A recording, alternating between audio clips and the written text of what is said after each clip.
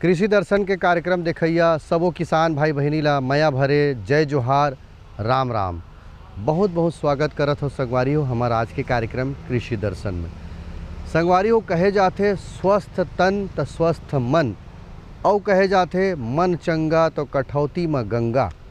ये सब काबर कहे जाते संगवारी हो, ये सेती कहे जाते यदि हमन स्वस्थ रहिबो तो अच्छा विचार आही, अच्छा काम बूता में मन लगही, लोग लइका ला पढ़ाए के मन करही, मेहनत करे के मन करही। यानी शरीर ह बने रही तो सब बने रही। तो शरीर ह बने कैसे रही संगवारी हो, बने बने खाबो, बने बने रहिबो तब अच्छा रहिबो। यानी कि कहान कि शारीरिक दृष्टिकोण से बनावट है या भौगोलिक रूप से यदि हम देश के बात करथन वही प्रकार से हमार शारीरिक जो क्षमता है खाए पिए के वो बनावट है बने रहे। यानी स्वस्थ रहिबो तो स्वस्थ विचार आते, और स्वस्थ मन के विचार है देश ला तरक्की करे में बहुत योगदान देते। संगवारी हो हमार छत्तीसगढ़ के हम बात करन तो बहुत से वनों से आच्छादित हमार छत्तीसगढ़ है। यहाँ वन मन के संपदा है, औषधि गुणों से भरपूर गजब अगन पौधा है, ओकर भी खेती करे के संभावना वैज्ञानिक मन बताते। हमार छत्तीसगढ़ में देखथन के धान लगाथन, उनहारी लगाथन, फल फूल लगाथन, लेकिन यदि औषधि गुणों से भरपूर फसल के बात करन तो हमार शरीर बर भी बहुत अच्छा रही। और जलवायु परिवर्तन देश में किस्म किस्म के बीमारी आजकल आवत है, ओकर से भी लड़े के क्षमता हमार शरीर में आ सकत है। बहरहाल हमला जरूरी है कि एकर खेती करे के एक व्यवसाय हम अपना सकत हन। जरूरी नहीं है कि हम धाने लगावन, औषधि फसल के भी लेके हमन एक अच्छा रोजगार साधन जुटा सकत हन। संगवारी हो ये तो रही गोड बात औषधि पौधा मन के बारे में। अब शुरू करथन हमार आज के चर्चा ला। आज के चर्चा के विषय हम यही राखे हैं कि औषधि पौधा मन के व्यावसायिक खेती या उन्नत खेती कैसे करे जाए। वैज्ञानिक आवत है संगवारी हो, तब तक आप मन देखो ये खास संदेश।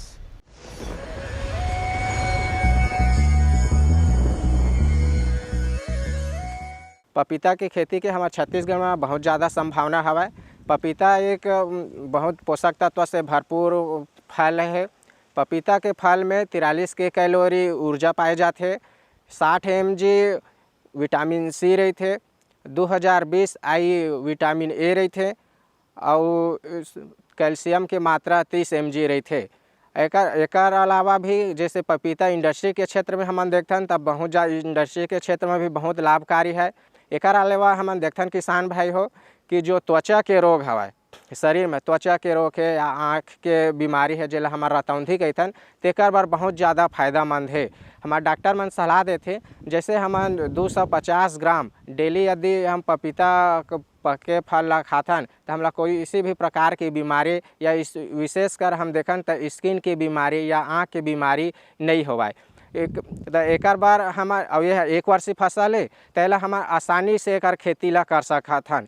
और जैसे किसान भाई हो हमार पपीता के खेती बार स्पेशल ज़मीन नहीं है तो जैसे आम के बगीचा है, चीकू के बगीचा है या फिर अमरूद के बगीचा है, तेमा अंतर्वर्ती फसल के रूप में भी पपीता ला आसानी से ले सकत हन।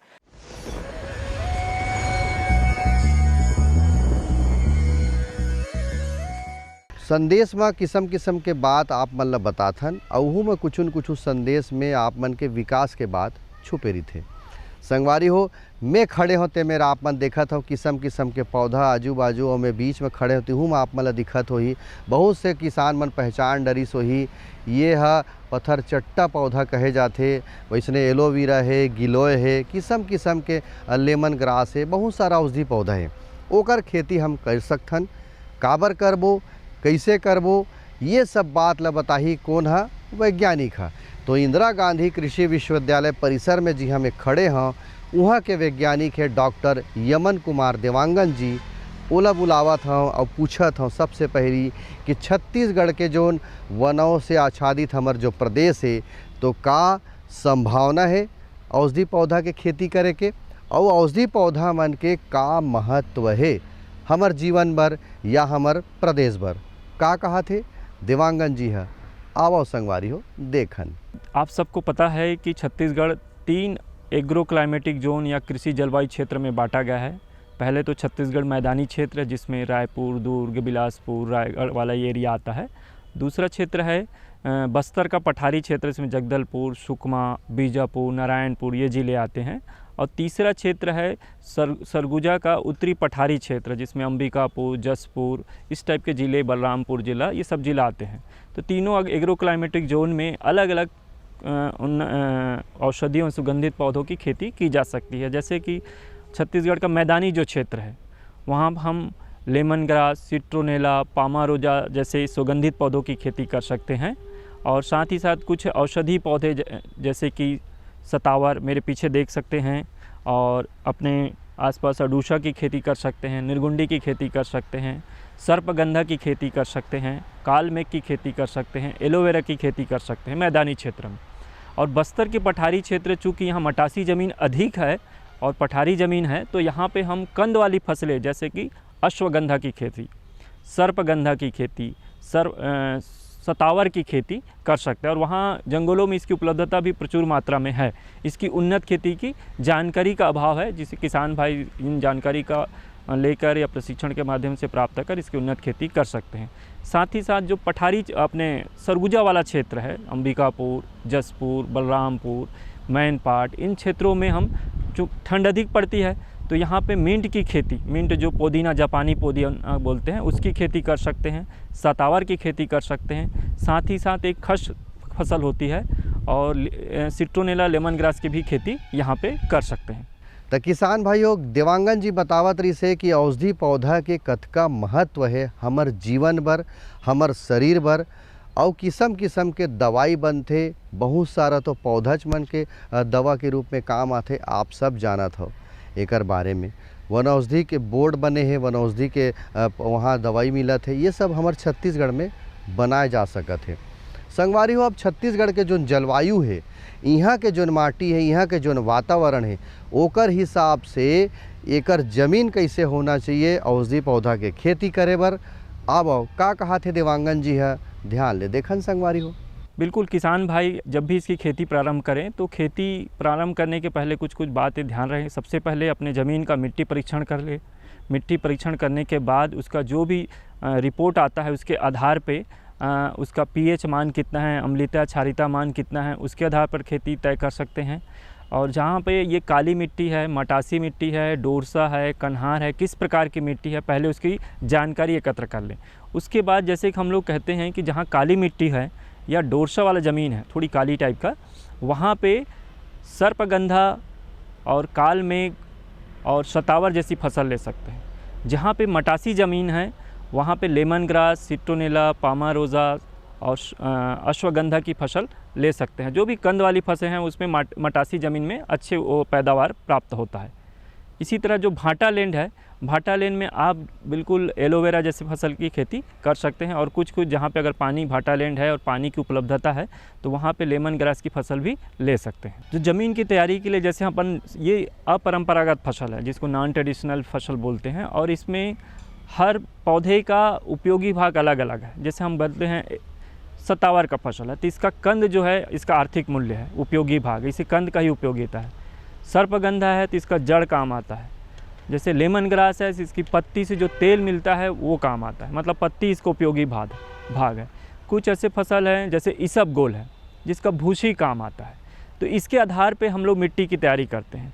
जहाँ पे भी कंद वाली फसल है वहाँ की भूमि की तैयारी इस प्रकार करना है कि मिट्टी बिल्कुल भुरभुरी होनी चाहिए और समतल बना लेना चाहिए। इस तरह से ट्रैक्टर के माध्यम से, कल्टीवेटर और मोल्ड बोर्ड पर प्लाऊ चलाकर उसकी भूमि किस तरह से तैयारी कर लें ताकि उसका ज़मीन बिल्कुल भुरभुरा और समतल हो जाए। और जहाँ पे ऐसे फसल हैं जहाँ पे बिल्कुल उसकी खेती कर सकते हैं, जैसे आप देख सकते हैं बगल में गिलोय की फसल है, तो इसमें कम तैयारी में भी इसकी फसल की खेती कर सकते हैं। गिलोय है, पत्थर चट्टा है, ये कम तैयारी में भी अब भूमि की तैयारी में भी इसकी खेती की जा सकती है। अब बात आते संगवारी को, औषधि पौधा लगाना है छत्तीसगढ़ में अलग अलग स्थान में, तो हमला बीज कहाँ से मिलही, प्रमाणित बीज कहाँ से मिलही, और बोबो कैसे, यानी रोपाई हम कैसे करबो, कौन कौन सा फसल ला कैसे रोपना है, बीज कहाँ से मिलही, ये सब बात ला बतावत है देवांगन जी है।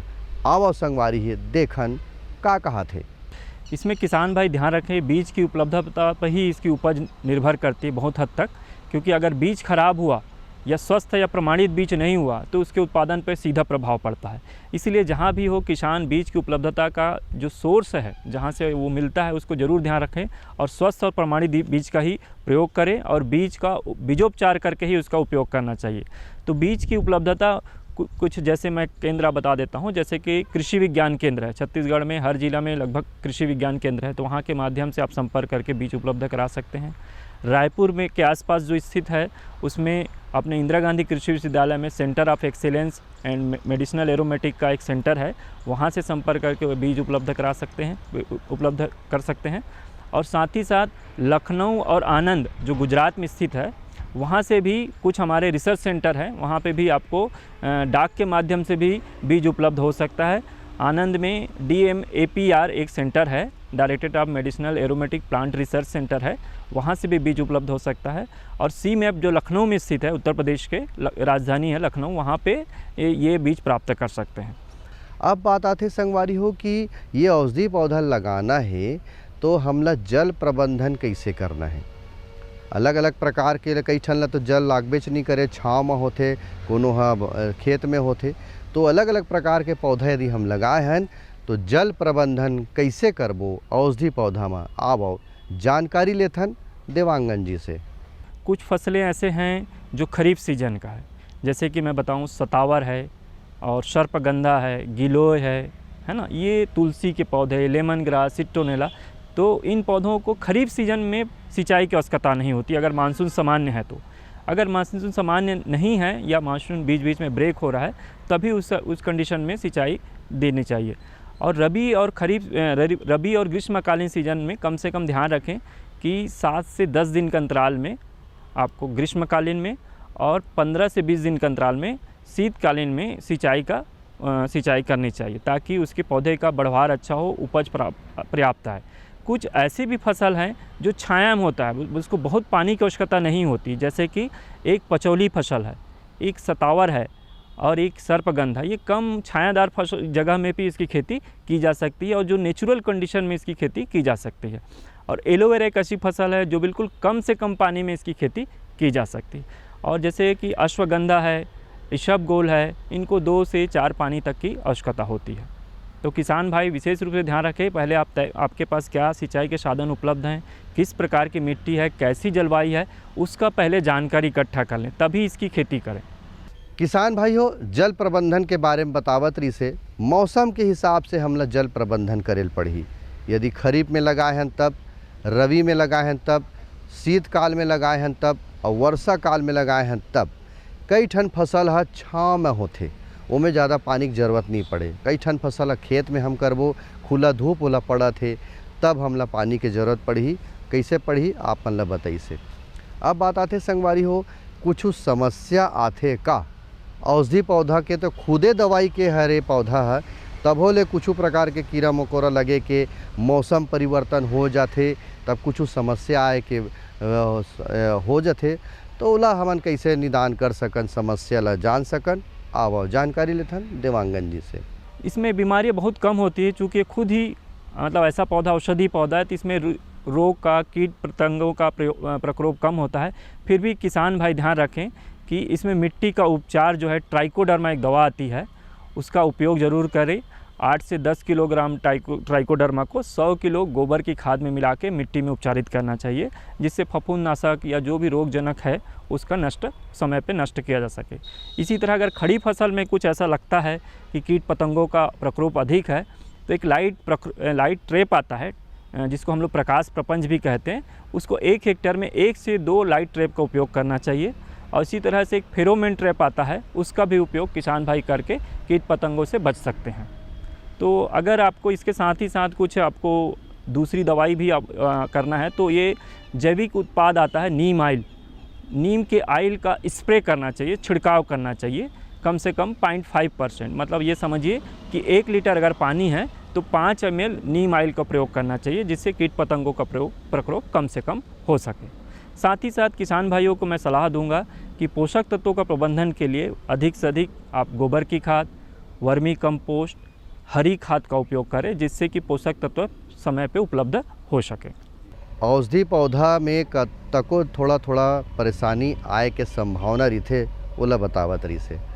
चर्चा ला जारी करबो संगवारी हो, लेकिन ओकर पहली फिर ले लेथन एक ठन ब्रेक और ब्रेक में देखो एक खास संदेश।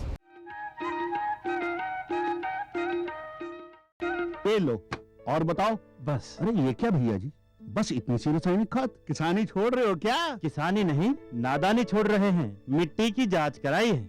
अब तो लालाजी जितनी जरूरत है उतने ही उर्वरक खेत में डालेंगे। हाँ, किसान भाई आज ही अपने जिले की नजदीकी भूमि परीक्षण प्रयोगशाला में मिट्टी की जांच जरूर करवाएं और मिट्टी में पोषक तत्व, नमी व पौधे के विकास को देखते हुए केवल जरूरत के अनुसार ही पोषक तत्व डालें। और हाँ, मिट्टी में गंधक, जस्ता, बोरोन जैसे सूक्ष्म पोषक तत्वों का पता लगाना भी न भूलें। उर्वरक और जैविक खाद के सही उपयोग से भूमि का उपजाऊपन बनाए रखें, उत्पादकता बढ़ाएं, खर्चा घटाएं और बहुमूल्य विदेशी मुद्रा बचाने में भी सहयोग दें। और हाँ, धीमी गति से नाइट्रोजन उपलब्ध कराने वाले उर्वरकों जैसे नीम लेपित यूरिया को प्राथमिकता दें और यूरिया का पत्तों पर छिड़काव करें। अरे वाह, तू तो सचमुच समझदार हो गया। अधिक जानकारी के लिए संपर्क करें जिला कृषि अधिकारी या किसान कॉल सेंटर। मेरे साथ बोलो ए बी। अरे नादान, बच्चे को एबीसी सिखा रहा है। अरे काम धंधे की एबीसी तू कब सीखेगा? ये देख विज्ञापन। तेरे जैसे कृषि विज्ञान सीखे हुए युवाओं के लिए भारत सरकार के कृषि मंत्रालय ने एक योजना बनाई है, एसी एबीसी। जी हाँ, ACABC यानी एग्री क्लिनिक्स और एग्री बिजनेस सेंटर। इसके तहत कृषि विज्ञान पढ़े युवाओं का चयन होने पर उन्हें मुफ्त ट्रेनिंग दी जाती है और हाँ, अपना कारोबार चलाने के लिए बैंक से लोन भी मिलता है। इसके साथ ही अगर युवा अपने इलाके के किसानों की खुशहाली के लिए उन्हें खेती बाड़ी व अपने कारोबार से जुड़ी लाभदायक जानकारी देते रहेंगे तो उन्हें लोन पर 36 से 44% तक की सब्सिडी भी मिलेगी। तब तो मैं जरूर सीखूंगा काम धंधे की एबीसी। शाबाश, चलो अपनाएं स्वरोजगार, खेती में हो विकास अपार।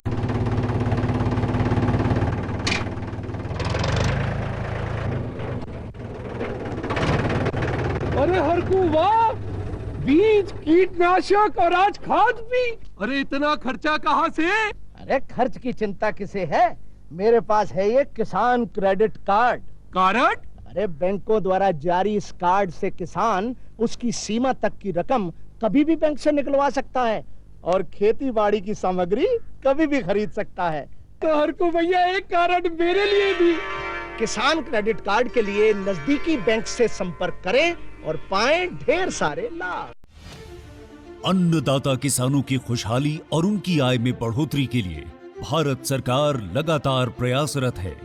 माननीय प्रधानमंत्री श्री नरेंद्र मोदी जी के दूरदर्शी नेतृत्व में पिछले 7 वर्षों में खेती को आधुनिक और किसानों को आत्मनिर्भर बनाने के लिए कई निर्णय लिए गए हैं। छोटा किसान बने देश की शान, ये हमारा सपना है। देश के 80% से ज्यादा किसान ऐसे हैं जिनके पास 2 हेक्टेयर से भी कम जमीन है। अब देश में इन्हीं छोटे किसानों को ध्यान में रखते हुए कृषि सुधार किए जा रहे हैं, निर्णय लिए जा रहे हैं।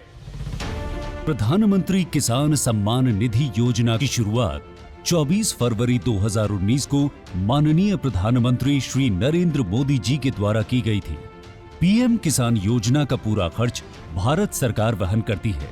इसके तहत लाभार्थी किसानों को हर साल 6,000 रुपए की सम्मान राशि 2,000 रुपए की 3 समान किस्तों में सीधे उनके बैंक खातों में हस्तांतरित की जाती है। अब तक 11 करोड़ से भी अधिक लाभार्थी किसानों के बैंक खातों में 1,58,000 करोड़ रुपए से अधिक की राशि सीधे ट्रांसफर की जा चुकी है। किस्तों की जानकारी किसानों को SMS के माध्यम से दी जाती है।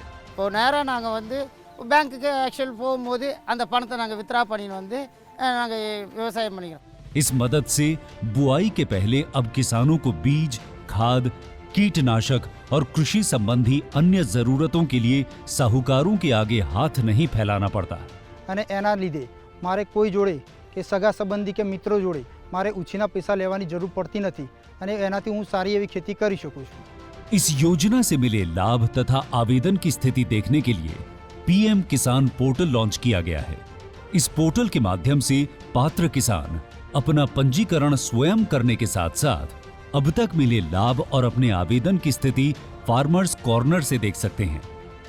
इस योजना का लाभ पात्र किसानों को ही मिल सके, इसके लिए इस प्रक्रिया को फूल प्रूफ बनाते हुए इसे आधार और इनकम टैक्स वेरिफिकेशन के साथ साथ फिजिकल वेरिफिकेशन से भी जोड़ा गया है। इसके अलावा किसानों की सुविधाओं और जानकारी के लिए पीएम किसान मोबाइल ऐप भी विकसित किया गया है। पीएम किसान सम्मान निधि योजना का लाभ देश के सभी राज्यों और केंद्र शासित प्रदेशों के किसानों को मिल रहा है। इसे हासिल करके हमारा किसान सबल और आत्मनिर्भर हो रहा है। इस स्कीम ने हमारा भारत सरकार ने हमारा किसान के लिए बहुत बड़ा सम्मान दिया है। इसीलिए हम भारत सरकार को, प्रधानमंत्री नरेंद्र मोदी जी को हम बहुत बहुत धन्यवाद देती हूँ। आत्मनिर्भर भारत की पहचान प्रगतिशील और समर्थ किसान।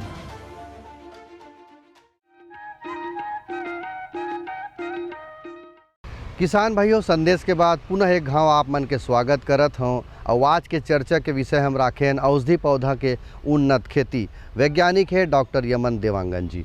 देवांगन जी से ये सवाल संगवारी हो कि औषधि पौधा में पोषक तत्व हमला देना है, यानी खान पान के व्यवस्था करना है, तो कैसे देना है, कौन सा प्रकार के खाद या पोषक तत्व देना है, आओ देखन। किसान भाई को सलाह दूंगा, सबसे पहले तो आप इसकी खेती जैविक विधि से करने की कोशिश करें। आपके पास जो उपलब्ध संसाधन है, चाहे वो गोबर की खाद हो, वर्मी कंपोस्ट हो, नीम ऑयल हो, और चाहे और दूसरे बहुत सारे ऐसे प्रोडक्ट आते हैं जो हम लोग जैविक खेती में जिसको बढ़ावा देकर कम से कम रासायनिक उर्वरक या रासायनिक अवयव का प्रयोग करने का सलाह देते हैं। तो सबसे पहले आप जैविक रूप से इसकी खेती करने की कोशिश करें, जिससे इसकी गुणवत्ता है या जिसकी खेती जिस चीज़ के लिए कर रहे हैं या जिस अवयव के लिए कर रहे हैं उसकी गुणवत्ता बरकरार रहे। जैसे एलोवेरा है तो उसके एलोवीन कंटेंट प्रभावित ना हो, है ना। जैसे लेमन ग्रास है तो उसमें सिट्रॉल कंटेंट प्रभावित ना हो। तो कोशिश ये करना चाहिए कि रासायनिक उर्वरक का कम से कम उपयोग करना पड़े। अगर आपके पास रासायनिक खाद की आपका जैविक खाद की उपलब्धता नहीं है तभी इसका उपयोग करें। किसान भाइयों देखियो, देवांगन जी कहा तरी से कि रासायनिक जोन खाद है ओकर से बाँचो, जैविक रूप से एकर खेती करो, जैविक पोषक तत्व देवो, गोबर के खाद देवो, ये ज़्यादा अच्छा रही। काबर कि हमन औषधि पौधा खेती करत हन संगवारी हो तो बहुत अच्छा रही कि रासायनिक खाद से, रासायनिक चीज़ से थोड़ा दूरिया रहन, ओकर से दूर भागन, औषधि पौधा खेती कर हो। तब बात आते संगवारी हो कि जलवायु परिवर्तन यदि होवत है छत्तीसगढ़ में, और देश के हम बात करन, हमारे छत्तीसगढ़ के बात करन तो बहुत जलवायु परिवर्तन हो जाते।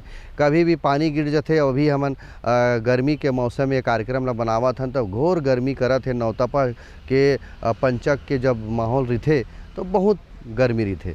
तो ये समय भी औषधि पौधा मन के देखभाल हम कैसे करबो, औषधि पौधा के जलवायु परिवर्तन में कतका महत्व है खेती करे के, यूँ बात ला पूछ लेते हैं संगवारी हो। जैसे कि हम लोग छत्तीसगढ़ की बात करें तो छत्तीसगढ़ में बहुतायत एरिया जो है धान की खेती का है। धान जो फसल है अधिक पानी चाहने वाली फसल है। हम लोग देखते हैं कि खरीफ सीजन में तो धान तो लगाते ही हैं, बहुत बड़े क्षेत्र में ग्रीष्मकालीन धान का भी क्षेत्र है। तो धान के क्षेत्र चूँकि अधिक पानी वाली फसल है तो अधिक पानी वाले फसल अधिक लगाने से क्या होता है कि भूजल जो है उपलब्धता धीरे धीरे कम होती जाएगी, और जो वाटर लेवल अभी 20-25 फीट में पानी उपलब्ध होता था वो अब 500 फीट 600 फीट पानी उपलब्ध होता है। तो ऐसे में भविष्य में पेयजल की बड़ी समस्या हो सकती है। तो किसान भाई हमेशा ध्यान रखें कि सिर्फ धान के साथ साथ दूसरी फसलों जैसे जो कम पानी चाहने वाली फसलें हैं उन फसलों का भी उपयोग करें और अधिक उत्पादन प्राप्त करें, अधिक आय अर्जित करें। और साथ ही साथ आने वाले भविष्य में पेयजल या पानी की जो समस्या हो सकती है उसकी संभावनाओं को भी ध्यान रखें। तो संगवारी हो, संझा बेरा के 6 बजैया है और 6 बजे हमार कृषि दर्शन कार्यक्रम हाँ सिराथे संगवारी हो। और अवैया बेरा आप मन संग फिर नवा विषय के संग, नवा वैज्ञानिक के संग आप मन के विकास कैसे हो सके इस संबंध में चर्चा करबो। तब तक मोला देव विदा। जय जोहार, राम राम।